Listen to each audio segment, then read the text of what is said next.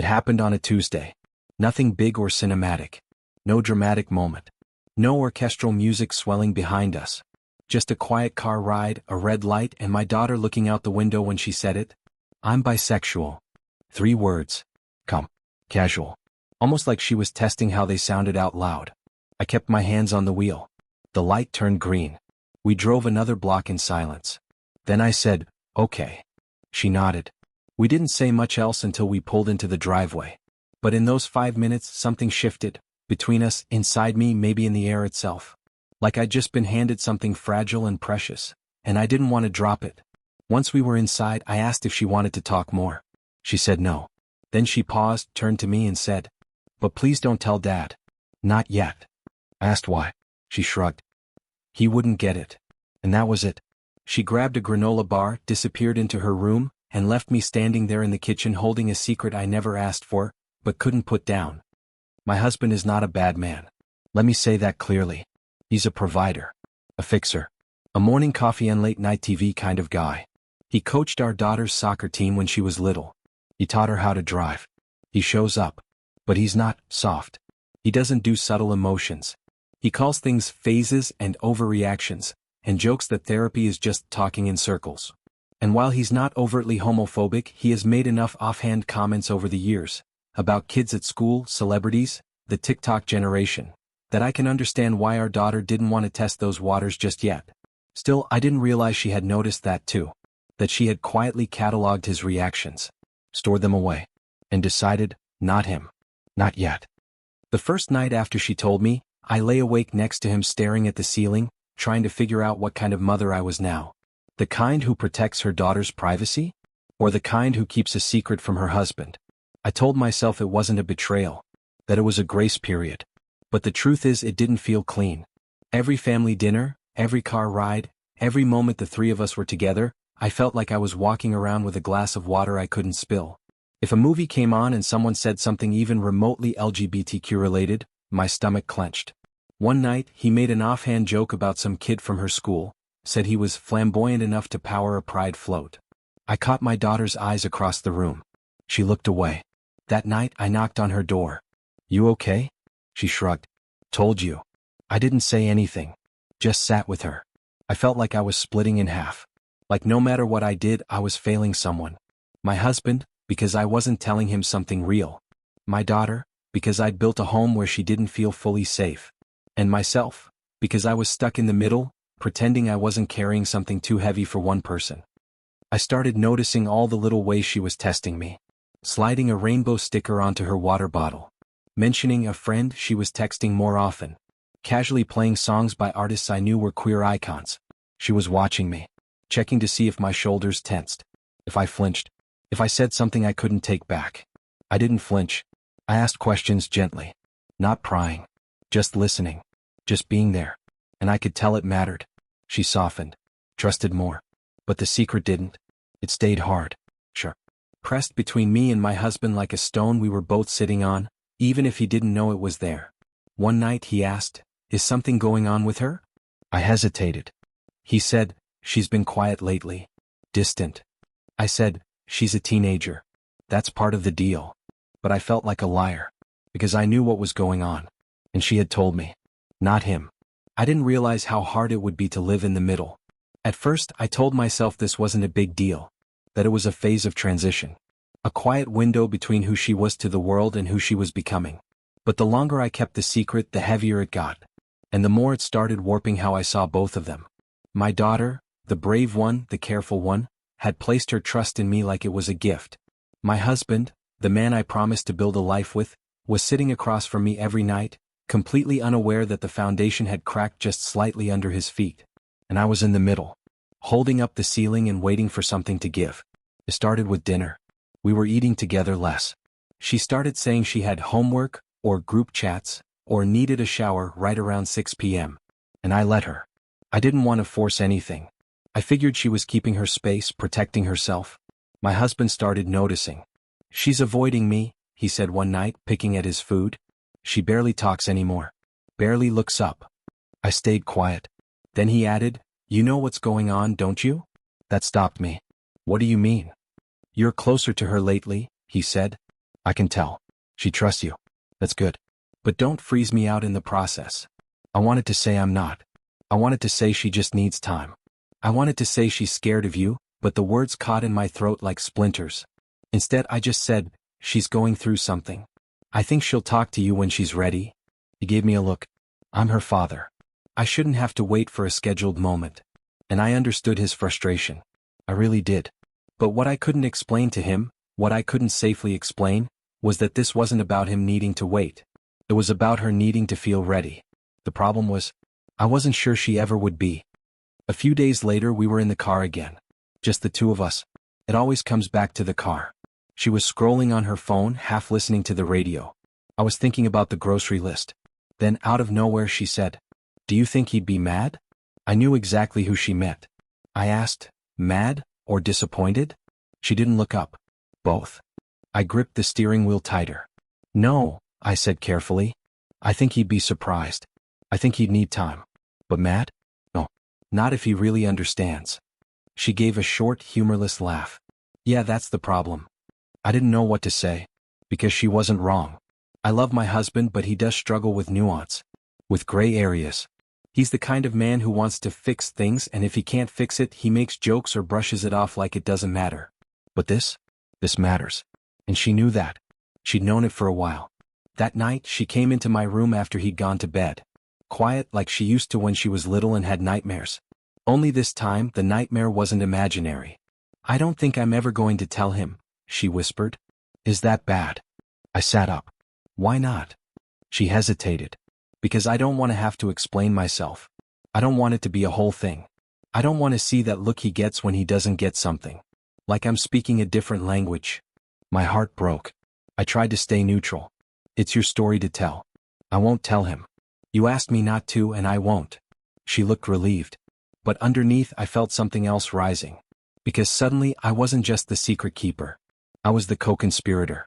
And it started changing things between me and my husband. Little things. I stopped bringing up school updates at dinner because I knew I'd be omitting something. I stopped suggesting we watch movies together as a family because I could feel her tense every time he made a comment about woke messaging or pushing agendas. I started living in a split-screen version of my home. And I started resenting both of them for it. Not because I didn't love them, but because loving them both meant lying to one of them. And I was starting to forget which one I was lying to more. It started with a text notification. We were in the living room, my husband flipping channels, half watching a game he didn't really care about. My daughter had left her phone on the arm of the couch and gone upstairs to get something. Then ding, a name popped up on the screen. It was a girl's name. One I'd heard before. They were friends. But the preview of the message. Your playlist is way too romantic, by the way, 2 hearts. I didn't say anything. I didn't move. But I saw him glance at it. Just a quick flick of the eyes. The kind of glance that says, ha. When she came back, she grabbed the phone quickly, screen down. That same kind of quiet rush you only do when you don't want someone to ask questions. And my husband? He didn't say a word. Not then. But I felt the shift. That night, after she went to bed, we were brushing our teeth side by side, and he said casually, like it wasn't a landmine. So, is she dating that girl? I froze, toothbrush in midair. Why do you ask? He shrugged. They're pretty glued to each other lately. I saw that message pop up earlier. Looked flirty. I tried to play it off. Teenagers flirt with everyone. It doesn't always mean something. He nodded. I'm not judging. I just don't want to be the last one to know what's going on in my own house. I spit, rinsed, stared at my own reflection and said, she'll tell you if there's something to tell. He gave me a look. The kind of look that says, you already know, don't you? But he didn't push it. And I didn't admit it. And in that exact moment, I realized I wasn't just protecting her anymore. I was protecting me, from the fallout, the confrontation, the possibility that maybe he would judge her, even if he didn't mean to. The next day she came home quiet. More quiet than usual. She sat on the kitchen stool while I chopped vegetables, scrolling, not saying much. Then she asked, is Dad acting weird? I paused. What do you mean? I don't know. He was kind of tense this morning. Did you say anything? I looked at her, really looked at her. And I said, no. But I think he might suspect something. She nodded slowly. Then she whispered, can you just keep it between us?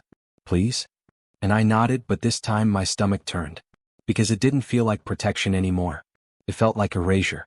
Like I was helping her disappear from her own home. Like I was complicit in making sure her dad never saw her fully.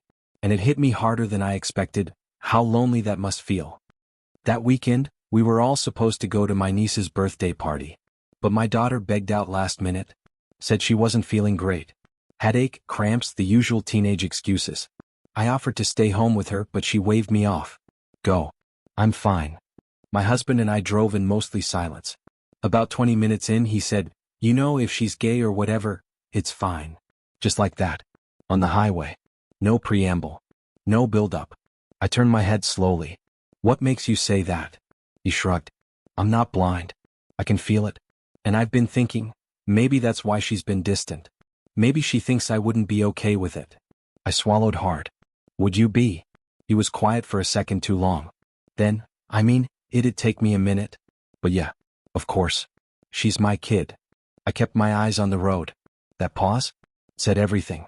And yet, I felt something loosen in my chest. Because even if it wasn't perfect, even if it wasn't enthusiastic, it wasn't rejection. He was trying. Later that night, I told her what he said. Word for word. She sat there blank-faced at first. Then she said, "But he paused." I nodded. He did. But he kept going. She looked down at her hands. I don't want to be something he has to get used to. That broke me. I leaned forward and said, "You're not. You're someone he loves. And if it takes him time to understand, that's his responsibility. Not yours." She didn't say anything for a long time. But later, as I tucked her in, something I hadn't done in years, she whispered, "Thanks for not pushing me."